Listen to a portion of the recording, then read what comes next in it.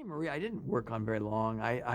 Marie was going to be 18, and they were trying to give her a new look, a grown-up look, and it was a big publicity thing. And they, and my name was kind of well known because of whatever, and so they had me design something for her, and then we all went off to New York, and a special hairdresser cut her long curls off, and Richard Avedon took her photograph, and it was a publicity thing. And then I stayed on the show and did her clothes that season.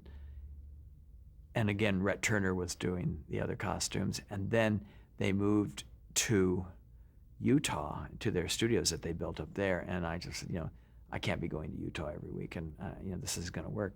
So Rhett just took over doing the whole show, and then he did it from then on. So I got to know Marie, but I don't know her really very well. I saw her recently, actually, and we talked for a while. But it's amazing, because that was 20 years ago, or more, maybe, I don't know. It's about 20 years ago.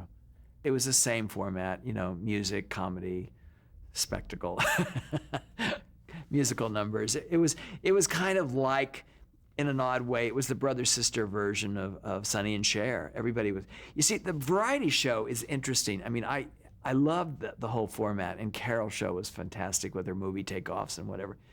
But people started coming on the air, and they were all the same. They started all looking alike, and they all started using the same material and the same ideas. I would go to a meeting sometimes for a show, a new show or whatever, and they would tell you this idea, and they'd be all excited about it. And you say, well, do you want me to do it the way I did it on Carol Burnett last year, or the way Sonny and Cher just did it last week, or the way Jerry Lewis did it, or Uncle Milty did it back in 19, how do you want it to do it? Because we can do it any way you want. We can take it different directions. There were no new ideas. It was eating itself up. And that's why I think once the good ones kind of went off the air and were finished, it never happened again, because it just simply had gotten tired and died. It doesn't mean that it can't come back and become something, but it's there were just too many old formulas that were being used over and over and over again, and too many old jokes that were being used over and over again. And it doesn't work when you do that. The audience, they may not remember, but they know it doesn't make them laugh. It doesn't make them interested. And it's too bad, because now we don't really see great musical performers. And I think when those guys did Living Color, I thought that was a great, funny variety show, but probably because it was a mostly black show, it didn't have the audiences that maybe some of the other shows would have. But of course now Jim Carrey's on it, so they're showing it all the time on Comedy Central and whatever, and it's hysterical. I mean, some of the best material I've heard, and it still holds up, and it's quite a few years old now. Where did I get onto that?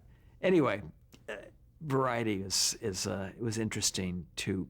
I decided I didn't want to do it anymore, and I didn't realize it had been sort of decided for me. There wasn't anything to do, and I did other things.